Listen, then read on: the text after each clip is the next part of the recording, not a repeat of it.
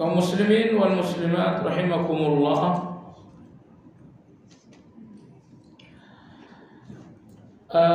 Kajian Madarijus Salikin hari ini insyaallah memasuki pembahasan pada halaman 443 dengan judul Taubat Hamba Diapit oleh Dua, penerimaan taubat dari Allah. Dan bagi Anda yang telah mendapatkan ringkasan dengan judul Di Antara Dua Taubat, Imam Ibnu Qayyim rahimahullahu ta'ala berkata, Allah memberikan taubat kepada seorang hamba berupa taufik dan ilham.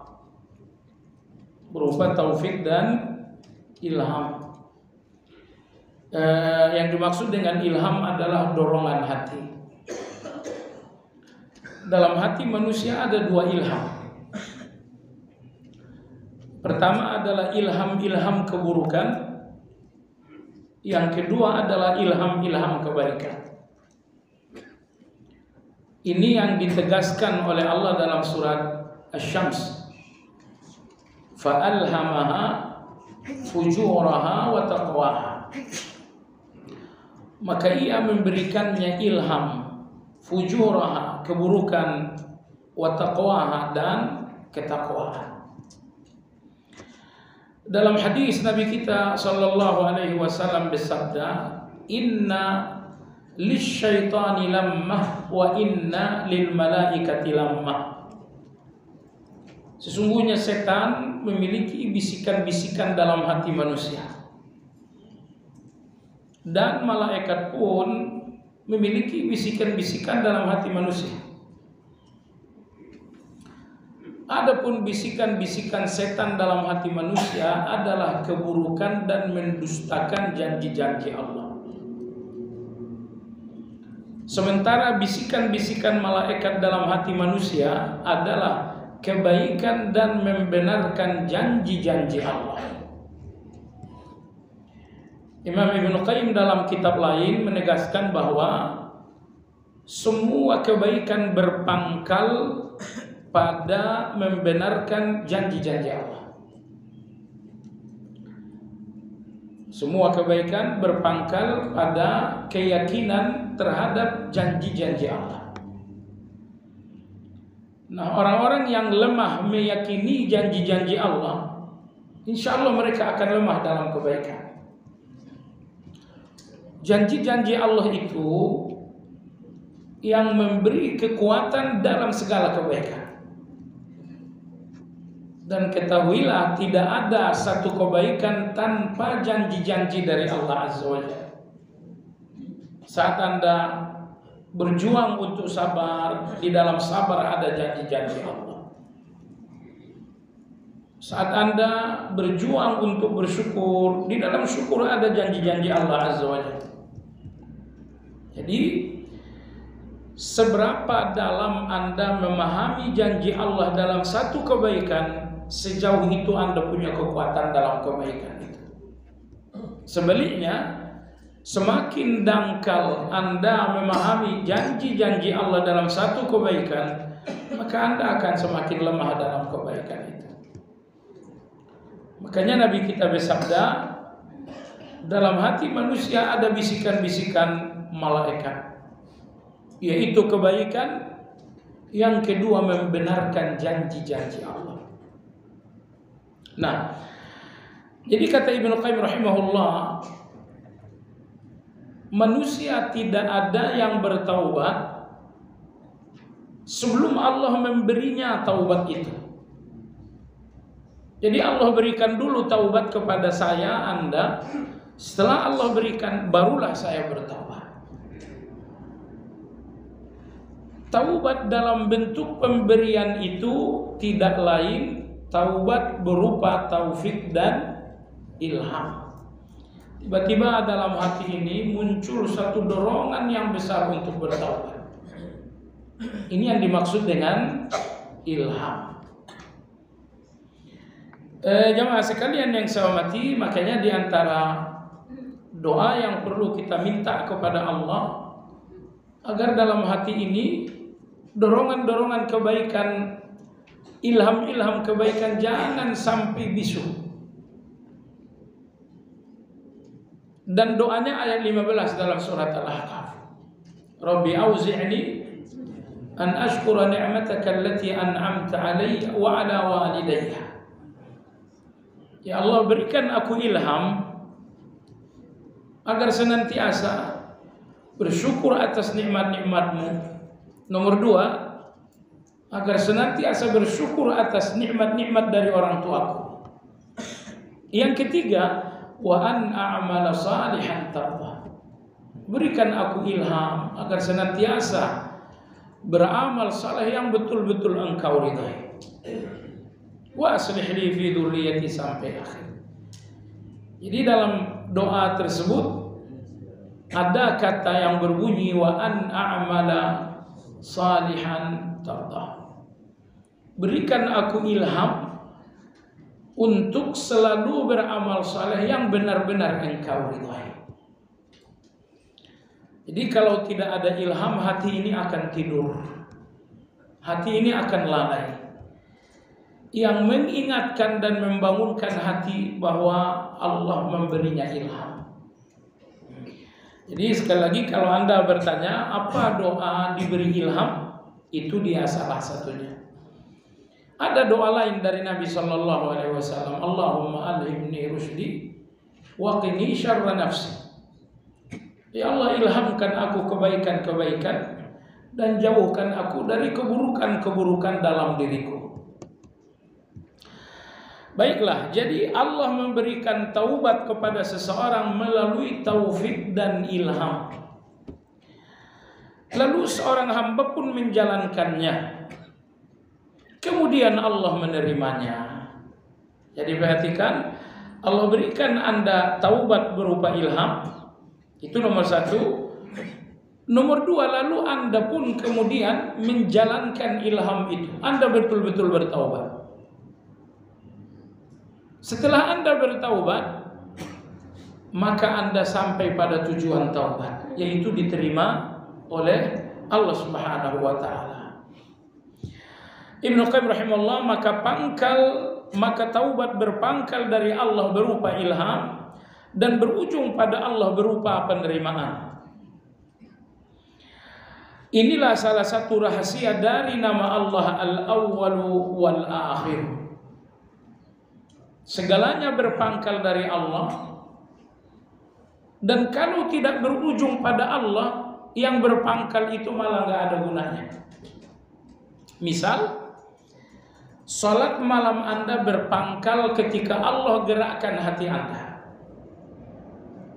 Jadi berpangkal ketika Allah gerakkan hati Anda. Tapi cukupkah salat malam itu bahwa Allah gerakkan hati Anda, lalu Anda salat malam? Cukupkah sampai di sana? Enggak. Itu belum sampai tujuan. Tujuan kita agar salat malam ini kemudian diterima oleh Allah. Nah, jadi semua kebaikan, bukan cuma semua kebaikan dan semua kehidupan berpangkal dari Allah dan berujung oleh Allah. Makanya nama Al-Awwal wal-Akhir adalah dua nama yang apabila didalami, semua kejadian lahir dan batin tidak lepas dari keduanya. Dengan kata lain lagi, Al-Awwal wal-Akhir adalah bentuk kekuasaan Allah. Karena semuanya berawal dari Allah dan tidak akan berakhir kecuali oleh Allah. Nah, ini Al-Awwal wal-Akhir ini membantah teori orang-orang Qadariyah. Orang-orang Qadariyah dalam bahasa populernya adalah kaum kausalitas. Ada sebab, ada akibat. Wah, salah. Kalau dalam Islam Al-Awwal wal-Akhir, Al-awwal adalah Allah yang memberikan awal segala-galanya, bukan sebab. Jadi saya punya kekayaan berawal dari mana? Dari saya punya usaha. Oh, itu teorinya orang-orang sesat. Dalam Islam, sebab itu bukan awal, akibat itu bukan akhir. Dalam Islam, awal itu adalah Allah dan akhir itu adalah Allah. Semuanya berawal dari Allah dan tidak akan berakhir kecuali oleh Allah. Nah, apabila Anda renungkan makna al-awwal dan al-akhir, Anda akan berkesimpulan semua keinginan Anda tidak keluar dari keduanya. Ada keinginan-keinginan yang Anda harapkan berawal, dan ada keinginan-keinginan yang Anda harapkan berakhir. Ternyata awal dan akhir itu tidak mungkin dari kekuatan Anda. Sebuah awal hanya dari Allah karena Dia adalah al-awwal. Sebuah akhir hanya oleh Allah karena Dia adalah al-akhir. Apabila Anda dalam keadaan susah, bukankah Anda ingin susah itu berakhir? Tapi bisakah kekuatan Anda membuat susah ini berakhir? Enggak. Susah ini tidak akan berakhir kecuali oleh yang menamai dirinya al-akhir, yaitu Allah Azza wa Jalla. Saya ingin bahagia saya segera berawal. Apakah kebahagiaan Anda berawal dari kekuatan, kepintaran, kekuasaan Anda? Tidak. Kebahagiaan yang Anda inginkan berawal tidak akan berawal kecuali oleh yang menamai dirinya al-awwal, yaitu Allah Azza wa Jalla. Maka semua keinginan Anda tidak akan keluar dari nama Allah al-awwal dan al-akhir. Sehingga kekuasaan Allah antara lain akan Anda temukan di dalam nama al-awwal wal-akhir. Begitupun dalam hubungannya dengan amal saleh. Semua amal saleh, percayalah, enggak berpangkal, tidak berawal dari ketakwaan Anda. Ini Anda salat subuh. Salat subuh ini berawal dari ketakwaan Anda? Tidak. Salat subuh ini berawal karena Allah berikan Anda ilham. Sehingga subuh Anda berawal dari Allah. Setelah Allah berikan Anda ilham, Anda pun salat subuh. Selesaikah sampai di sana? Tidak. Salat subuh ini harus berakhir pada Allah, yaitu diterima. Bahwa Allah berikan Anda ilham, lalu ilham itu Anda jalankan, Anda tetap rugi kalau kemudian dia tidak berakhir pada Allah berupa penerimaan. Jadi semua keinginan duniawi dan semua keinginan ukhrawi berpangkal dari Allah karena Dia al-awwal dan berakhir pada Allah, yaitu karena Dia al-akhir. Berpangkal dari Allah berupa ilham, berakhir pada Allah berupa penerimaan. Saya kira tujuan kita melakukan amal, tujuannya bukan melakukan, tapi tujuannya diterima. Sekedar melakukan amal itu bukan keuntungan bagi Anda. Keuntungan Anda apabila diterima oleh Allah Azza wa Jalla. Kemudian Imam Ibnu Qayyim rahimahullah di sini mengutip kisah perang Tabuk bagian ayat 117, 117, 118 dalam surat At-Taubah. Anda tahu jemaah sekalian, peperangan terberat di zaman Nabi kita adalah perang Tabuk. Dan perang Tabuk itu sekaligus perang terakhir dalam kehidupan Rasulullah SAW. Karena dari Madinah ke Tabuk itu berjarak 300 km sekian. Nomor 2, perang Tabuk terjadi pada musim panas yang sangat ekstrim. Nomor 3, perang Tabuk terjadi ketika sedang terjadi situasi paceklik dan kesusahan. Nah, jadi terhimpunlah 3 kesusahan ini. Kesusahan pertama, jarak yang sangat jauh. Kalau 300 sekian kan hampir Magelang itu. Betul. Kesusahan yang kedua, panas yang sangat ekstrim.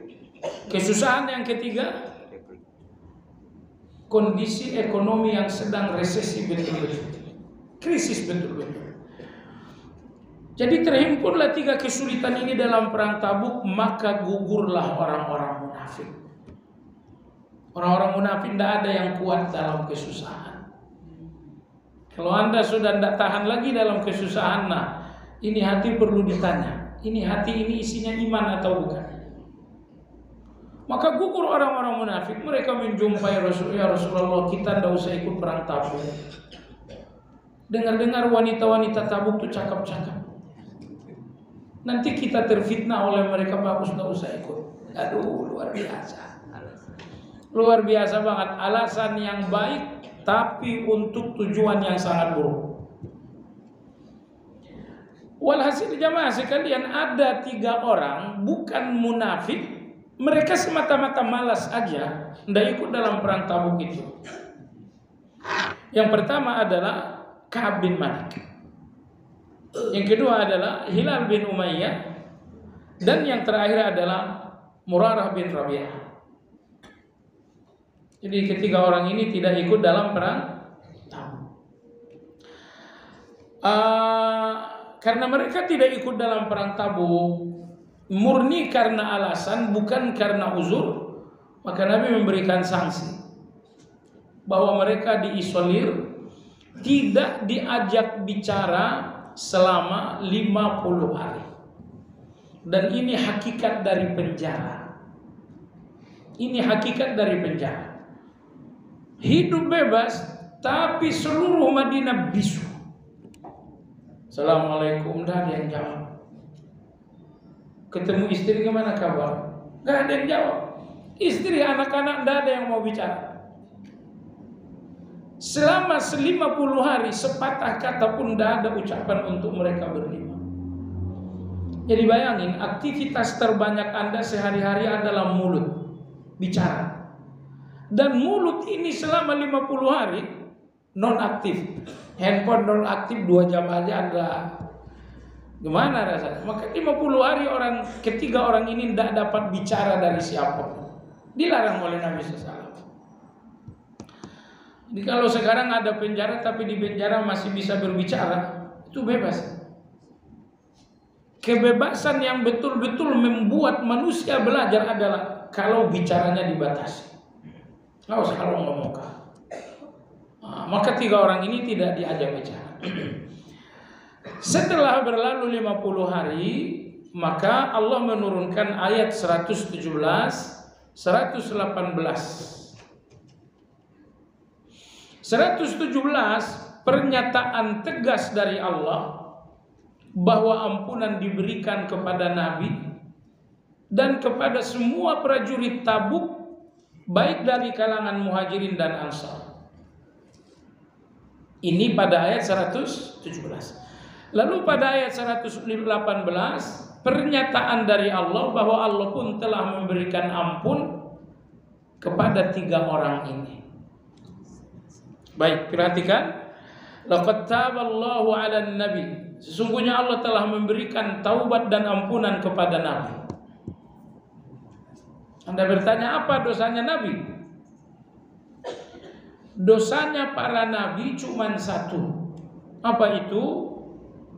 Melakukan yang baik tapi meninggalkan yang lebih baik. Semua dosanya Nabi bukan dosa fasik. Tapi dosanya para Nabi cuma 1 tadi. Melakukan yang baik tapi meninggalkan yang lebih baik. Itu yang dilakukan Nabi kita dalam perang Tabuk.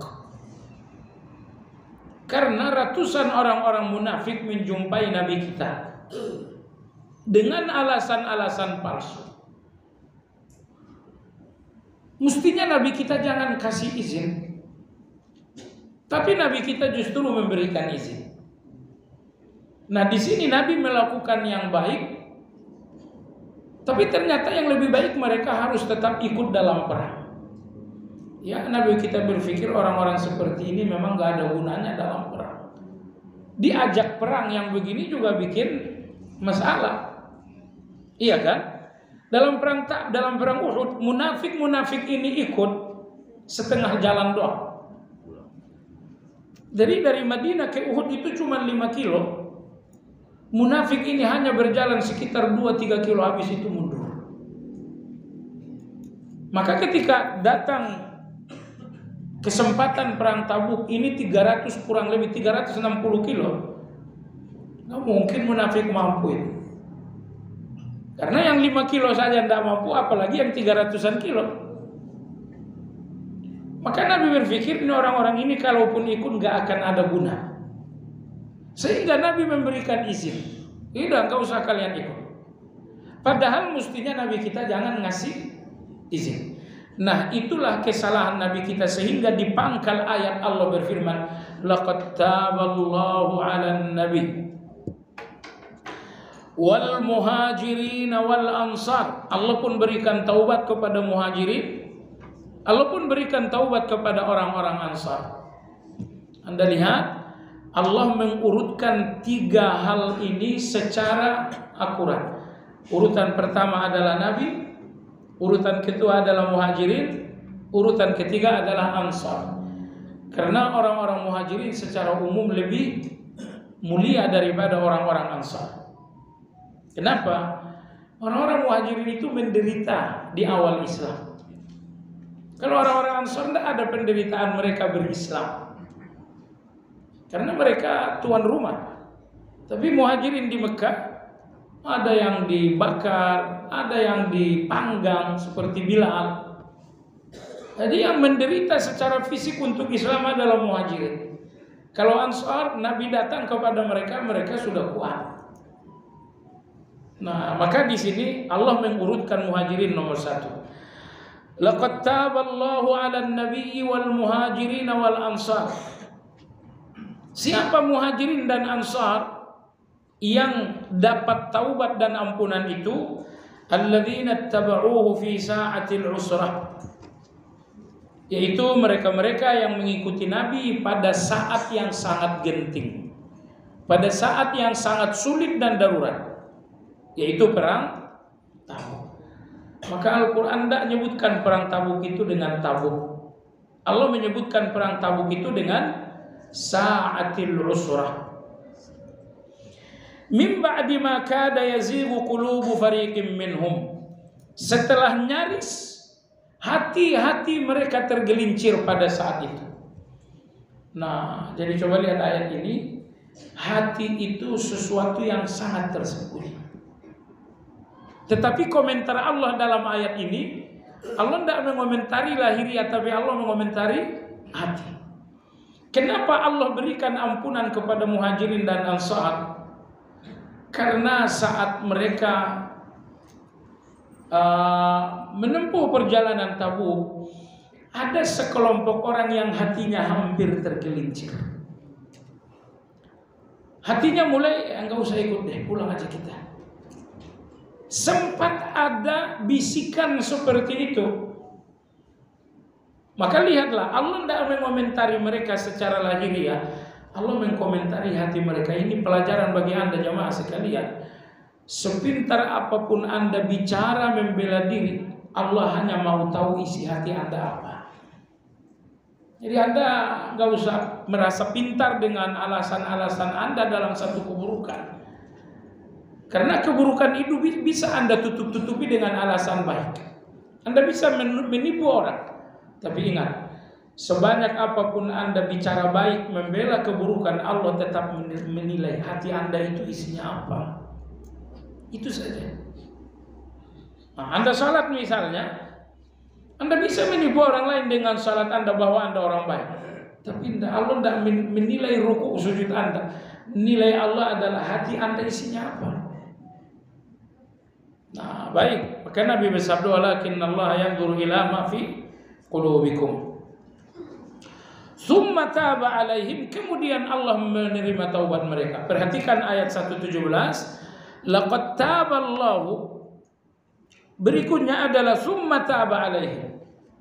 Jadi ada dua taubat. Taubat pertama Allah berikan mereka ilham untuk bertaubat. Taubat yang kedua summa taba alaihim, bahwa Allah menerima taubat mereka. Selanjutnya Allah berfirman, innahu bihim raufur. Sesungguhnya Allah Maha penyayang untuk mereka. Rauf artinya penyayang, Rahim artinya penyayang. Apa bedanya? Jemaah sekalian, apabila Allah menyayangi Anda dengan hal-hal yang Anda sukai, itu namanya Rauf. Allah kasih Anda sehat, Allah kasih Anda uang banyak, Allah kasih Anda keturunan yang sehat dan saleh. Saat Allah menyayangi Anda dengan hal-hal yang Anda inginkan, ini dinamakan dengan Rauf. Tapi Allah yang maha bijaksana luar biasa itu punya kasih sayang lagi yang sangat indah, bahwa kadang Allah menyayangi Anda dengan hal-hal yang Anda nggak suka. Allah sayangi Anda dengan sakit, Allah sayangi Anda dengan susah, Allah sayangi Anda dengan perdagangan yang merosot, Allah sayangi Anda dengan hutang piutang, Allah sayangi Anda dengan hal-hal yang Anda nggak suka. Ini namanya Rahim. Jadi kalau Rahim itu umum, sama dengan Rahman. Ar-Rahman Ar-Rahim, Allah menyayangi dengan yang kita suka dan dengan yang kita tidak suka. Adapun Rauf ini sempit. Karena Rauf itu hanya satu kasih sayang, bahwa Allah menyayangi dengan hal-hal yang kita suka. Nah, jadi saya katakan kasih sayang Allah dengan hal-hal yang Anda suka ini indah. Tapi lebih indah lagi ketika Allah menyayangi Anda dengan hal-hal yang Anda tidak suka. Apa contohnya? Surat Al-Kahfi sajalah contohnya. Itu mereka fakir miskin yang berlayar naik kapal, bukankah kapalnya dilubangi? Dilubangi oleh Nabi Khidir. Ini disuka atau tidak disuka? Oh, itu keburukan, nggak ada yang suka. Tapi ini harus dilakukan supaya selamat. Supaya selamat. Kalau kapal ini tidak dibolongi, justru kapal ini akan dirampok. Pertimbangannya adalah, mending mana kapal dilubangi selamat, atau tidak dilubangi hilang? Mending mana? Dilubangi selamat. Toh lubang ini bisa ditambal lagi. Kasih sayang seperti inilah yang sangat sering terjadi kepada Anda. Cuman sebelum kasih sayang seperti ini sampai di akhir, Anda cuman melihat lubang. Tapi gitu sampai terakhir, oh ternyata alhamdulillah berlubang. Kalau tidak saya tidak selamat. Perdagangan Anda hari ini mungkin sedang dilubangi. Tapi saat Anda lihat lubang, Anda melihat air mulai masuk ke dalam perahu, Anda bahkan mulai merasa tenggelam. Tapi apakah Anda tahu bahwa ini sesungguhnya keselamatan yang Anda nggak tahu? Nanti mungkin setahun, mungkin 2 tahun lagi barulah Anda sadar bahwa lubang di perahu Anda ternyata keselamatan. Inilah Ar-Rahman itu. Maka saya katakan, kasih sayang Allah dalam hal-hal yang Anda suka itu indah sekali. Tapi jauh lebih indah lagi ketika Allah menyayangi Anda dengan hal-hal yang Anda tidak suka. Nomor 2 dalam perjalanan Khidir dan Musa, seorang anak dibunuh oleh Nabi Khidir. Itu baik atau buruk? Itu buruk. Tapi itu untuk menyelamatkan ayah dan ibunya, menyelamatkan iman 2 orang. Maka demi keselamatan 2 orang, 1 orang kemudian dibunuh. Atau jangan-jangan yang 1 orang ini selamat tapi 2 orang itu hancur. Mending mana? Selamat 2 orang lebih baik daripada 1 orang. Nah baik, jamaah sekalian, perhatikan ayat ini. Setelah Allah berikan 2 taubat untuk Nabi, Muhajirin dan Ansar, 2 taubat ini ditutup dengan 2 asmaul husna, Raufun Rahim. Menunjukkan apa? menunjukkan bahwa maaf Allah untuk mereka semata-mata kasih sayang. Karena begini, Anda memaafkan siapapun karena Anda masih butuh.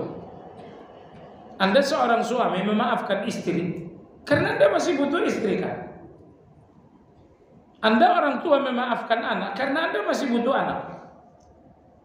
Semua manusia memaafkan karena butuh. Mungkin butuh kepada yang dimaafkan atau karena butuh pahala dari Allah. Kalau Anda orang ikhlas, maaf Anda karena butuh pahala. Tapi kalau Anda enggak ikhlas, maaf Anda karena butuh sesuatu dari manusia. Tapi tidak ada manusia yang memaafkan tanpa rasa butuh. Allah Azza wa Jalla, apakah Allah memaafkan karena butuh? Tidak. Perhatikan dalam ayat ini, Allah berbicara maafnya kepada Nabi Muhajirin dan Ansar, lalu maaf itu ditutup dengan dua kasih sayang, Raufur Rahim. Ini satu sinyal dari Allah bahwa maafku bukan karena butuh, tapi maafku karena memang aku maha menyayang. Bahkan Allah memaafkan Muhajirin karena Allah menyayangi mereka dua kali. Muhajirin, Ansar dan Rasulullah, Allah menyayangi mereka dengan Rauf, Allah menyayangi mereka dengan Rahim. Karena kasih sayang, maka Allah akhirnya memberikan mereka maaf. Baik. Pada ayat yang ke-118 ini juga berbicara tentang taubat, tapi ternyata yang taubat pada ayat 118 ini levelnya berbeda. Maka oleh Allah dibicarakan pada ayat yang berbeda. Seandainya taubat ayat 18 ini sama, akan dibicarakan oleh Allah pada ayat yang sama. Tapi Allah memisah ayat karena ini dua taubat yang berbeda. Siapa yang dapat taubat pada ayat 118? Wa 'ala tsalatsatil ladzina khulifu. Allah pun telah memberi dan menerima taubat. Memberi dan menerima taubat terhadap 3 orang yang tidak ikut dalam perang Tabuk, yaitu Ka'ab bin Malik, kemudian Hilal bin Umayyah, lalu Murarah bin Rabi'ah. Dalam ayat nama tidak disebut, tidak perlu disebut nama. Mereka udah taubat. Dan nama bukan pelajaran untuk kita. Yang jadi pelajaran adalah peristiwa Perang Badar. Apakah yang penting bagi Anda namanya atau peristiwanya? Peristiwanya. Maka Al-Quran ataupun hadis dalam kisah-kisahnya lebih banyak memberikan cerita tentang peristiwa, bukan nama. Bukan nama. Terlebih nama-nama ini kalau sampai disebutkan Al-Quran, ini bisa jadi membahayakan ikhlas. Makanya Allah tidak sebutkan namanya. Harun ar-Rasyid rahimahullah ta'ala, beliau punya pasukan perang yang sangat tangguh. 20.000 orang dalam pasukan itu menolak namanya didaftar. Karena ini semua tentara ada gajinya, ada tunjangannya, gaji bulanan, tunjangan bulanan ada. Tapi ada 20.000 orang yang menolak namanya didata. Mereka tidak mau gaji dari Harun, mereka tidak mau tunjangan dari Harun ar-Rasyid. Jadi siapa mereka 20.000 orang? Ya mereka memang nggak mau dikenal. As-Sa'ib ibnul Aqra ketika perang Nahawan sudah selesai, ini salah satu perang yang paling bersejarah. Karena perang Nahawan inilah yang mengakhiri kekuatan Persia. Berlangsung 2 minggu. Perang ini selesai, lalu As-Sa'ib ibnul Aqra melapor kepada Amirul Mukminin Umar. Beliau mengatakan siapa saja yang tewas. As-Sa'ib mengatakan Amirul Mukminin yang tewas fulan. Disebutkanlah nama-nama orang yang tewas. Tetapi nama-nama yang pertama semuanya dikenal oleh Umar. Fulan saya kenal, fulan saya kenal, fulan saya kenal. Lalu muncullah nama yang sangat banyak. Umar tidak kenal siapa mereka. Akhirnya Umar radhiyallahu anhu menangis. Beliau menangis, beliau mengatakan ma dharrahum an la ya'rifu Umar. Enggak ada untung bagi mereka kalau Umar mengenal mereka. Cukuplah Allah mengenal mereka. Jadi saya mengenal Anda enggak ada untungnya buat Anda. Dunia mengenal Anda viral enggak ada untungnya bagi Anda. Yang terpenting apakah Allah mengenal Anda, itu yang penting. Maka Umar radhiyallahu anhu sambil menangis mengatakan ma dharrahum an la ya'rifu Umar. Mereka sama sekali tidak akan rugi bahwa seorang Umar tidak mengenal mereka. Karena yang terpenting kita dikenal oleh Allah Azza wa Jalla. Masalahnya kalau Anda terus mencari pengenalan manusia, popularitas, Allah nggak mau kenal dengan Anda. Akan berkurang Allah mengenal Anda kalau Anda mencari perkenalan dari manusia. Makanya Sulaiman bin Yasar rahimahullah, beliau mengatakan ucapan ini penting sekali. Beliau mengatakan ma sadaqallaha man ahabba asyuhrata. Artinya tidak mungkin seseorang jujur untuk Allah sepanjang hatinya masih ingin popularitas. Semua orang yang popularitas itu nggak mungkin jujur. Misalnya apa hukum musik? Kalau saya lagi cari popularitas, nggak mungkin saya mengatakan hukumnya A. Itu menghancurkan popularitas. Semua orang yang cari popularitas, lisan dan perbuatannya tidak akan datang dari kejujuran. Nah, ini peringatan. وعلى الثلاثة الذين خلفوا حتى إذا ضاقت عليهم الأرض بما رحبت. Sampai kemudian bumi yang luas ini terasa sempit. Kenapa? Karena Madinah yang biasa ramah, gak ada ramah-ramahnya lagi sama sekali. Madinah yang sangat luas, sempit sekali.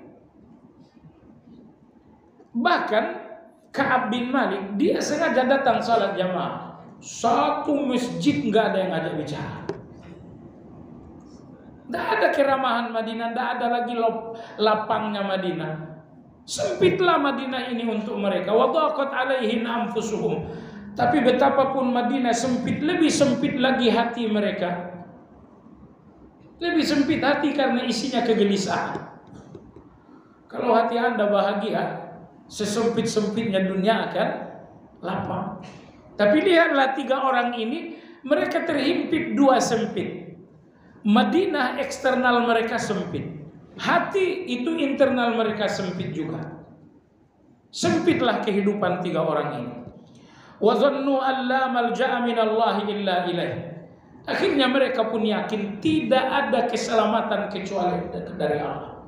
Nah, ini ingat ini baik-baik. Kalau Anda sudah sampai di satu kehidupan yang membuat Anda sesat, sempit nyaris tidak bisa bernapas, itu Allah hanya ingin membuat Anda sadar bahwa nggak ada kekuatan Anda, nggak ada selamat Anda kecuali Allah Subhanahu wa Ta'ala. Maka ketiga orang ini pun ketika sudah sangat sempit sekali, akhirnya mereka tahu bahwa nggak ada lapang kecuali dari Allah. Tidak ada kelapangan kecuali dari Allah. Wa dhannu an la malja'a minallahi illa ilaih. Tidak ada kelapangan dari Allah karena kesempitan ini dari Allah. Tidak ada kelapangan kecuali dari Allah karena kesempitan ini dari Allah. Tsumma taba 'alaihim liyatubu. Maka Allah memberikan mereka taubat, kemudian mereka pun bertaubat. Nah, ini di sini taubat awal bahwa Allah berikan dalam bentuk ilham. Taubat akhir bahwa Allah terima taubat tersebut. Akhir ayat coba lihat, innallaha huwat tawwabur rahim. Sesungguhnya Allah dialah yang maha memberi dan menerima taubat, lagi maha penyayang. Coba Anda lihat taubat pada ayat 117 117 ditutup dengan Raufur Rahim. Dan taubat pada ayat 118 ditutup dengan Tawwabur Rahim. Cukup mudah ya. Jadi taubat pada ayat 117 itu, seandainya pun Anda nggak tahu orang-orangnya, itu sudah pasti lebih tinggi melihat dua nama Allah yang mendampingi mereka. Raufur Rahim. Dua kasih sayang. Tapi taubat pada ayat yang ke-118 itu cuma ada satu kasih sayangnya, itu Rahim. Tawab diberikan juga kepada mereka yang pertama, sebagaimana diberikan kepada yang kedua. Istimewanya yang pertama Raufur Rahim, Allah cintai mereka dua kali. Tetapi nomor dua ini Allah cintai mereka hanya dengan Rahim. Nah, makanya dari dua nama Asmaul Husna ini cukup jelas bahwa taubat pada ayat 117 lebih tinggi. Baik, Imam Ibnu Qayyim mengatakan ayat tersebut menyebutkan bahwa taufik dari Allah untuk taubat mendahului taubat seorang hamba. Taufiknya Allah, ilhamnya Allah mendahului taubat Anda. Misalnya Anda bersimpuh, Anda katakan astaghfirullah.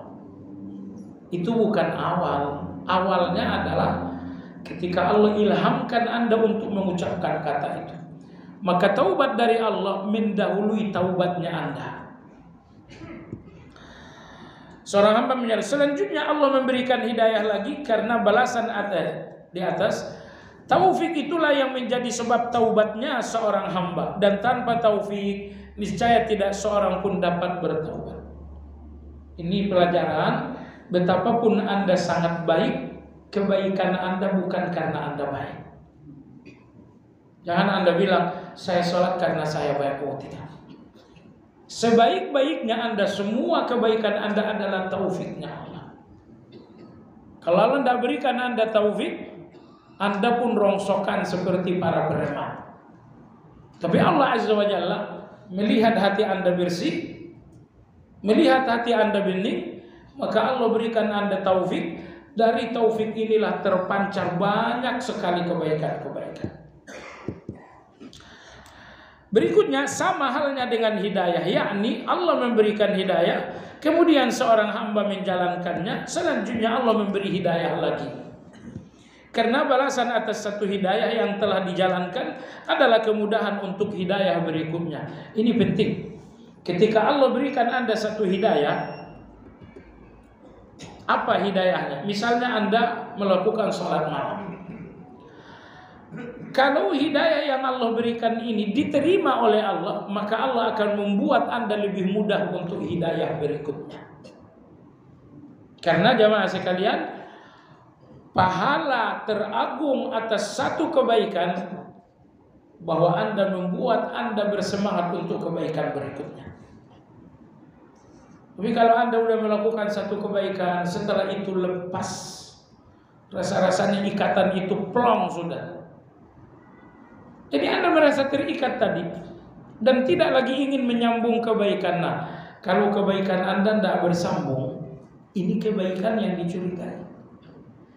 Karena kebaikan yang telah diterima Allah biasanya nyambung. Karena balasan Allah atas satu kebaikan, pahala Allah untuk satu kebaikan, bahwa Allah memudahkan Anda untuk kebaikan kedua, ketiga, keempat.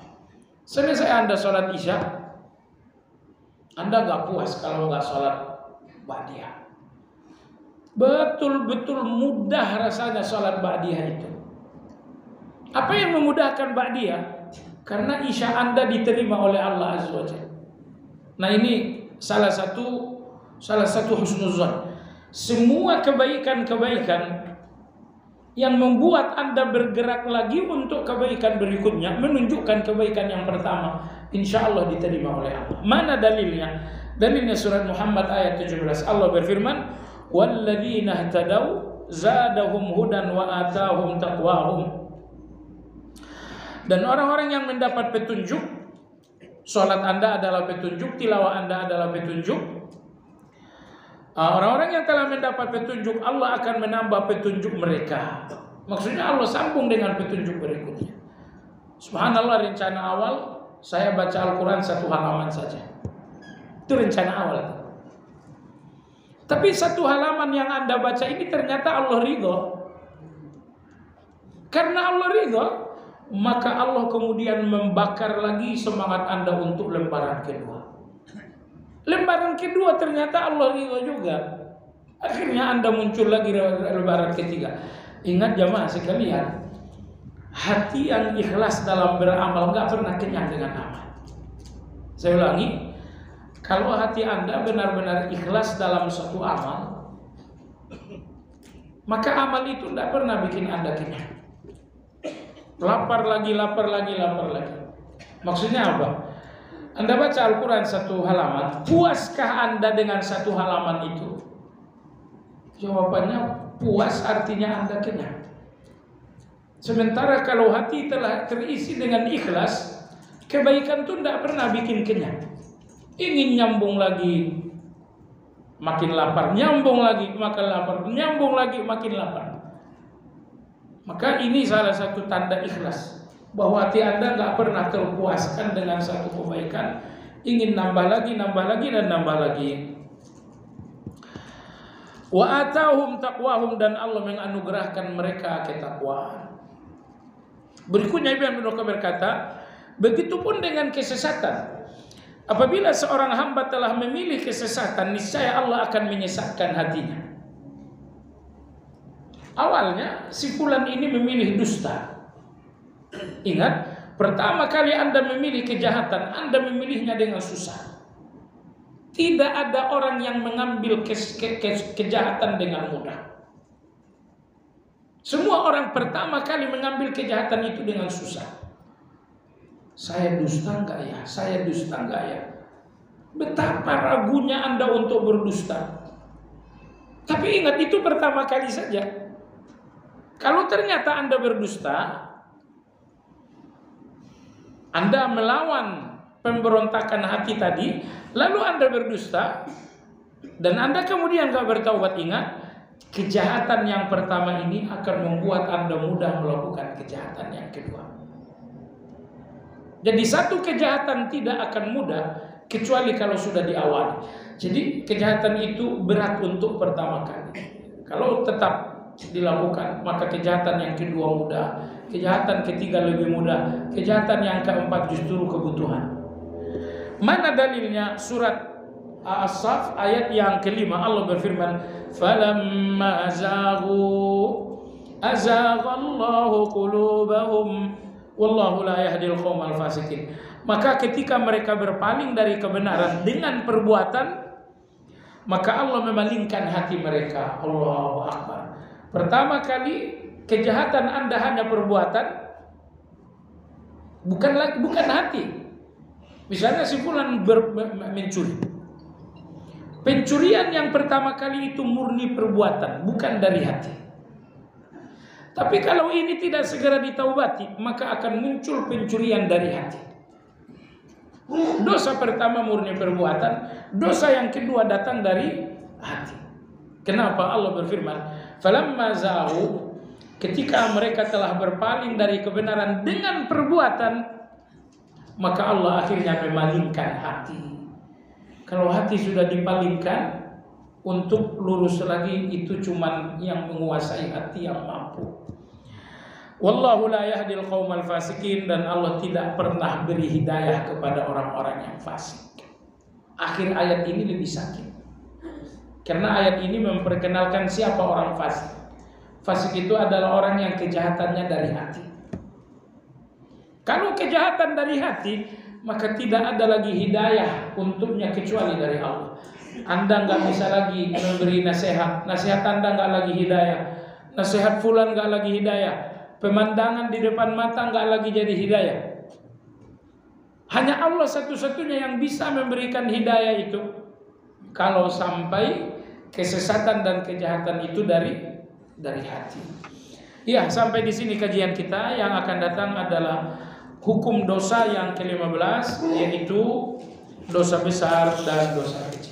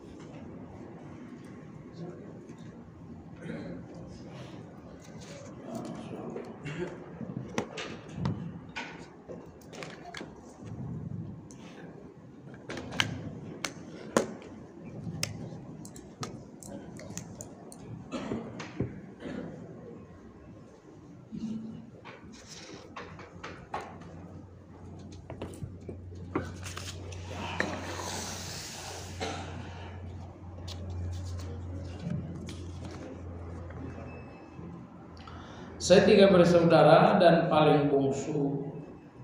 Saat ekonomi kita setara sama, istri kakak saya bekerja dan disayang ibu saya.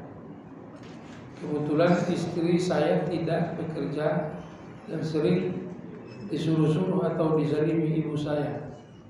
Bagaimana sikap saya? Saya kira kalau istri nggak bekerja, ada di rumah, jelas-jelaslah disuruh.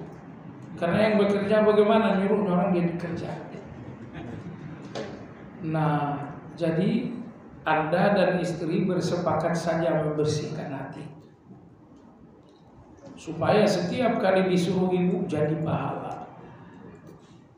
Nanti sampai di depan Allah, siapa tahu ini yang akhirnya jadi pintu surga buat Anda berdua.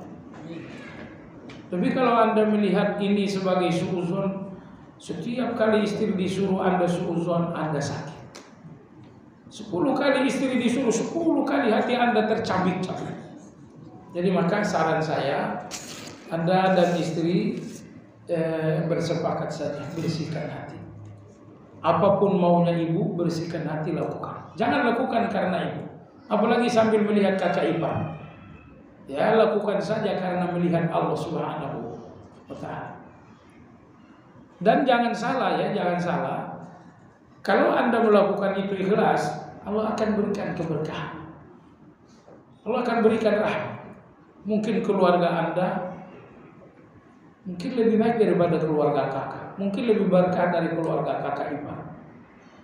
Tapi intinya, belajarlah, berjuanglah untuk ikhlas. Niscaya semuanya akan menjadi surga besok insyaallah. Kami bekerja di instansi pemerintah karena saya dipinjam untuk acara. Saya dipinjam untuk acara perjalanan dinas, tapi saya tidak berangkat, hanya nama saya tercantum dalam perjalanan dinas. Dan setelah uang dari perjalanan dinas, apakah hukumnya upah dari perjalanan dinas? Kembalikan itu. Anda gak jalan, Anda memang dipilih. Nah, jadi uang itu kembalikan lagi. Mohon maaf kemarin saya tidak ikut. Ingat, kalau uang ini Anda kembalikan, Allah ganti lebih baik. Tapi kalau uang ini nggak kembalikan, akan hilang lebih banyak. Anda dapat 5 juta, insya Allah akan hilang lagi 50 juta. Apa hilang 50 juta? Anak Anda dirawat dan habis 50 juta. Apa ini? Oh, kemarin 5 juta kan, sekarang bayarnya 50 juta. Segera kembalikan dan ihtisab. Apa itu ihtisab? Berharap kepada Allah. Ya Allah, ini aku kembalikan, berikan aku ganti. Salat subuh berjamaah, kalau imam kunut subuh, ada beberapa jamaah yang tidak angkat tangan mengaminkan. Apakah salatnya sah? Jawabannya sah. Karena soal angkat tangan di kalangan mazhab Syafi'i itu pun masih khilafiyah. Jadi semua ulama mazhab Syafi'i sepakat untuk kunut. Udah. Tapi apakah semua ulama mazhab Syafi'i sepakat angkat tangan? Tidak. Ya, sejumlah ulama-ulama Syafi'iyah mereka mengatakan harus kunut subuh, tapi tidak perlu angkat tangan. Jadi angkat tangan itu tidak rukun. Intinya Anda mengikuti imam, ya artinya jangan mendahului imam. Wah, ini imam kunut nih, saya duluan deh. Nggak sabar saya nungguin. Nah, itu nggak ngikutin namanya. Tapi bahwa Anda tidak angkat tangan itu masih dinamakan mengikuti, hanya saja tidak angkat tangan. Yang terbaik bagaimana? Yang terbaik angkat tangan saja. Pertama, bukan dosa. Yang kedua, ta'liful qulub. Orang lain tidak berpikir macam-macam. Menghindari pikiran orang, jangan salah, menghindari pikiran baik orang lain itu sesuatu yang dituntut. Nabi kita sallallahu alaihi wasallam suatu malam selesai i'tikaf beliau dijumpai oleh istri beliau Sofia. Nabi kita i'tikaf, lalu malam hari dijumpai oleh istri beliau Sofia radhiyallahu anha. Ketika Sofia akan pulang, diantarkan oleh Nabi. Cuman karena malam, orang nggak tahu siapa yang diantarkan. Maka ketika Nabi kita antarkan istri beliau Sofia radhiyallahu anha, papasan dengan dua orang. Melihat Nabi berjalan dengan dua orang, dengan Sofia yang dua orang ini kemudian berjalan cepat menampakkan gelagat nggak baik. Kata Nabi, sini kalian, ana rislikuma, innaha Sofia bintu Huyai. Kalian jangan berpikir macam-macam, ini istriku Sofia. Mereka mengatakan, ya Rasulullah, pikiran kami memang sudah jelek. Nah, jadi Anda lihat Nabi memanggil kedua orang tua ini untuk klarifikasi. Jadi jangan biarkan pikiran orang berdosa untuk Anda. Ada dua orang ulama, murid dan guru. Dua-duanya ulama. Gurunya bernama Ibrahim An-Nakhai, orangnya buta. Muridnya bernama Imam A'mash, orangnya setengah buta. Artinya kalau nggak dekat sekali tidak lihat apa-apa. Seringkali kalau salat, guru yang buta ini dibimbing oleh murid yang setengah buta. Nah, suatu hari sang guru mengatakan, wahai A'mash. A'mash itu artinya buta tapi tidak sepenuhnya, mungkin buta 70%. Kata Imam Ibrahim, ini tabi'in ya, tabi'in dua-duanya. Wahai A'mash, coba cari jalan yang sepi, jangan jalan yang ramai. Kata Imam A'mash, wahai guruku, kenapa tidak jalan yang ramai saja? Kata Ibrahim An-Nakhai, nanti orang bicara, si buta dibimbing yang setengah buta, orang berdosa gara-gara kita.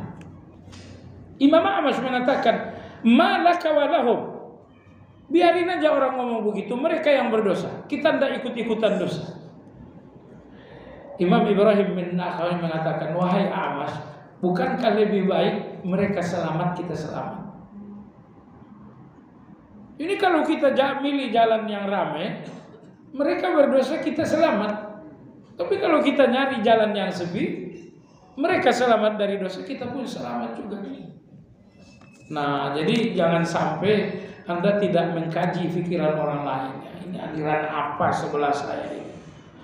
Oh, baik. Apa hukumnya bila kita wudhu dalam keadaan tidak berpakaian? Tidak masalah, karena berwudhu itu tidak syaratnya menutup aurat. Kamar mandi silakan aja. Apa hukumnya asuransi kendaraan, halal atau haram? Mayoritas asuransi itu adalah haram. Anda cuma dikerjain aja.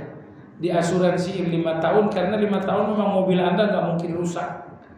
Tapi coba Anda usah-usahkan, usia mobil Anda berapa? Mobil saya 10 tahun, saya mau asuransi, nggak ada asuransi yang mau. Kenapa? Kalau udah 10 tahun asuransi, itu nanti dia yang bakal kedodoran.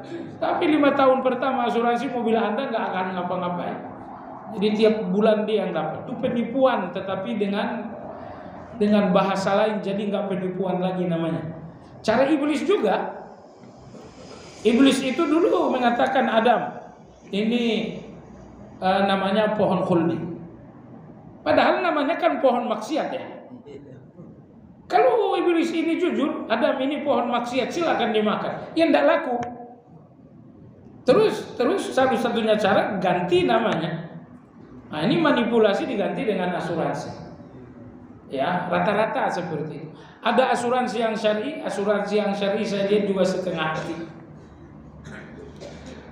Soal safar, alhamdulillah saya sudah berhasil dan istri belum. Saya niat berangkatin haji istri, apakah saya harus ikut atau tidak? Kalau hukumnya harus ikut. Tapi harus ikut itu khilafiyah, apakah wajib atau bukan. Dalam mazhab Ahmad wajib. Jadi istri tidak boleh haji kalau tidak ada mahramnya. Tapi pendapat yang lebih kuat, insya Allah Ta'ala, bahwa dalam perjalanan ibadah, apalagi haji wajib, yaitu yang pertama kali, istri boleh pergi kalau didampingi jamaah ya. jamaah yang amanah. Jamaah yang amanah itu sudah menggantikan fungsi suami. Ini dalilnya mana? Ngaco ini? Tidak ngaco. Dalilnya ada. Mana dalilnya? Riwayat Imam Bukhari Muslim.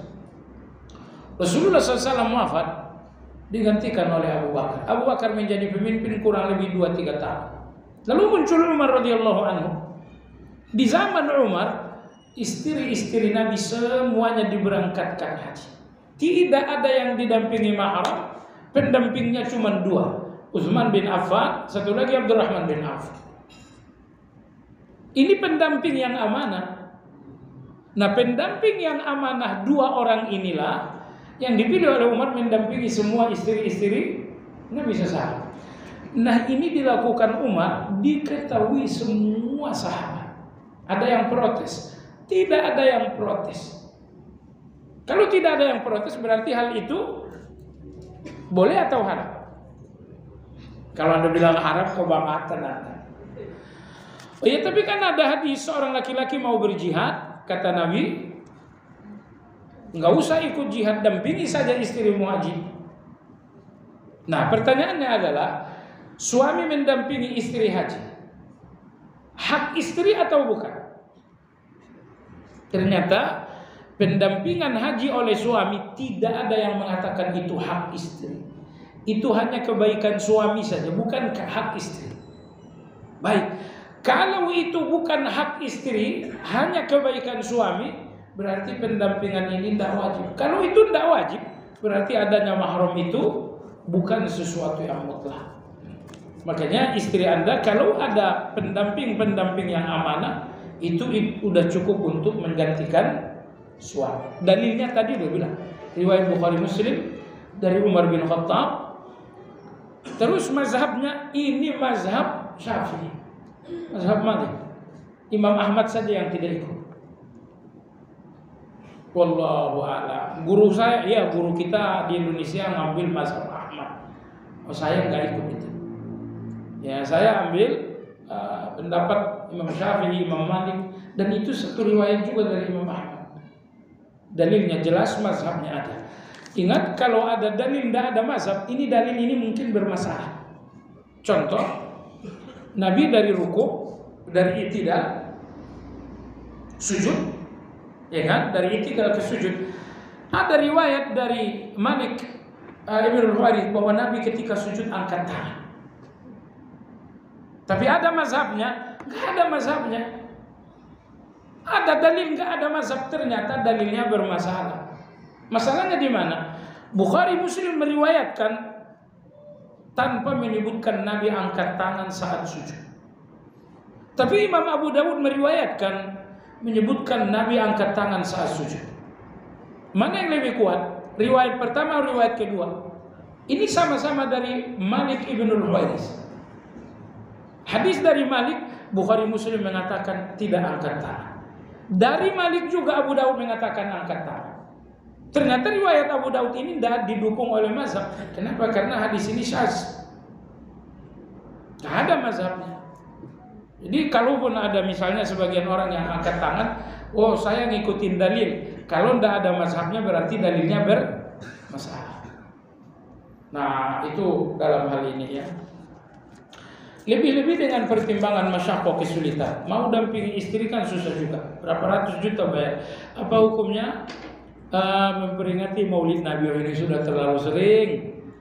Ya, orang yang datang Maulid Nabi manusia 3 macam. Pertama, ada yang tidak Maulid, bukan karena mengingkari, emang nggak Maulid aja. Kenapa nggak Maulid? Males, bagus di rumah saya istirahat. Ini orang seperti ini berdosa nggak? Dia nggak Maulid? Nggak. Oke. Nomor 2. Di bulan Maulid, di hari Maulid, ini hari libur, ya udah kita bikin kajian. Nomor 3, orang yang menghari rayakan Maulid. Orang yang menghari rayakan Maulid. Nomor 1 dan nomor 2 hukumnya jelas. Yang tidak Maulid karena memang malas, bagus saya istirahat, ini nggak mungkin berdosa. Karena Maulid itu hukumnya bukan wajib. Kalau wajib orang ini berdosa. Tapi kalau bukan wajib orang ini nggak mungkin berdosa. Baik. Nomor dua, ini hari Maulid, libur, ya sudah kita bikin kajian. Ini pada hakikatnya bukan bikin, ini hakikatnya adalah ngaji. Nah nomor tiga ini adalah orang yang memilih merayakan Maulid, menghari rayakan Maulid. Walaupun tidak dinamakan hari raya tapi dirayakan. Kalau dirayakan berarti berhari raya. Nah 1 dan 2 ini selamat. Ini hukumnya tidak. Nomor ini yang masih diperdebatkan. Ada yang membenarkan seperti Imam Suyuti, tapi banyak yang nggak membenarkan. Nah kalau sesuatu itu sudah beda, boleh ndak boleh, Anda milih yang mana? Mau selamat, Anda hanyut? Yang jelas Maulid ini baru muncul di abad ke-6. Nah, ya dalam hal ini kita sama-sama bertoleransi saja. Cuman toleransi nggak berarti kita nggak mencari yang lebih baik. Wallahu a'lam. Yang bahaya kalau kita saling mencela. Nggak boleh saling mencela. Ya, berbeda. Ada yang salah, tapi mencela tidak boleh. Jangankan dalam Maulid, orang kafir aja tidak boleh dicela. Itu orang kafir saja tidak boleh dicela. Dalam surat Al-An'am Allah berfirman, "Wala tasubbul ladzina yad'una min dunillah."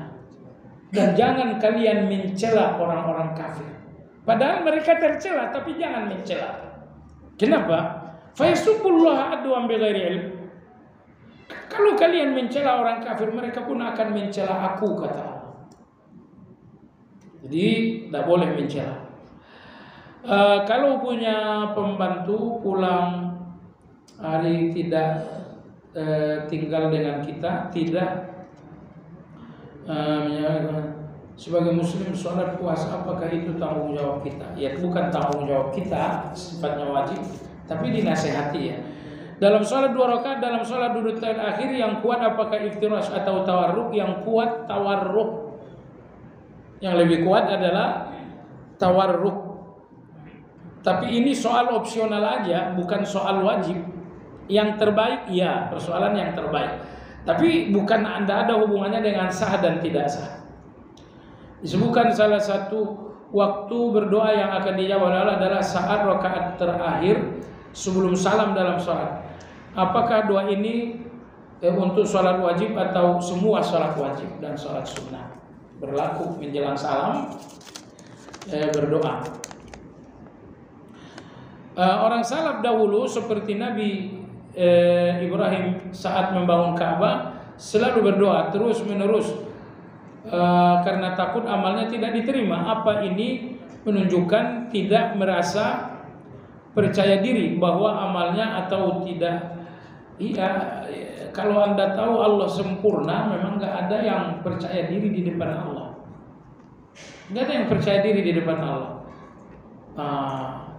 Kenapa? Ya karena kita tahu Allah itu baik. Kita tahu Allah itu maha sempurna. Kalau Anda tahu Allah maha baik, kebaikan yang Anda lakukan ini Anda akan ragu. A memiliki profesi jasa penjualan paket sembako. Dalam hal ini A sama sekali tidak mengeluarkan modal karena hanya sebatas kepercayaan dari para pelanggannya. Biasanya A di awal transaksi sudah memberi bandrol jenis paket sembako yang akan dijual pada pelanggan. Setelah disetujui oleh kedua belah pihak, maka para pelanggan A kemudian menabung sejumlah uang kepada A hingga nominal paket sembako. Kemudian baru A membelanjakan sesuai permintaan pelanggan. Ada yang mengatakan bahwa profesi A itu haram. Di mana letak haramnya?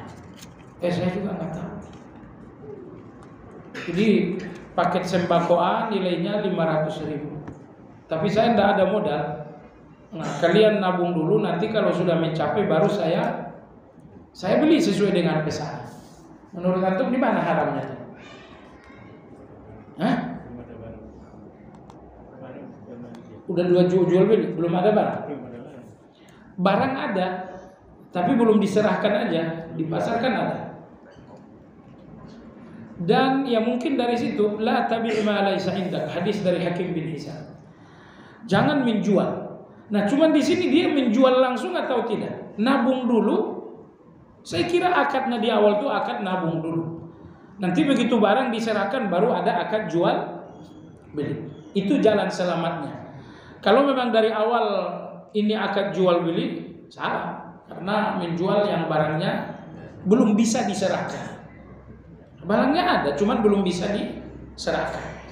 Maka biar akad ini selamat, akad pertama adalah akad nabung. Nanti setelah barang diberi barulah ada jual beli. Jadi jangan jual beli dari awal.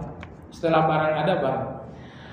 Berteman dengan pandai besi berisiko akan kepercik panas. Berteman dengan minyak wangi maka akan terkena wanginya. Apakah di situ dapat diartikan pula jika seorang berteman dengan orang yang sering tertimpa kesialan, maka ia akan terkena dampak pula yang enggak.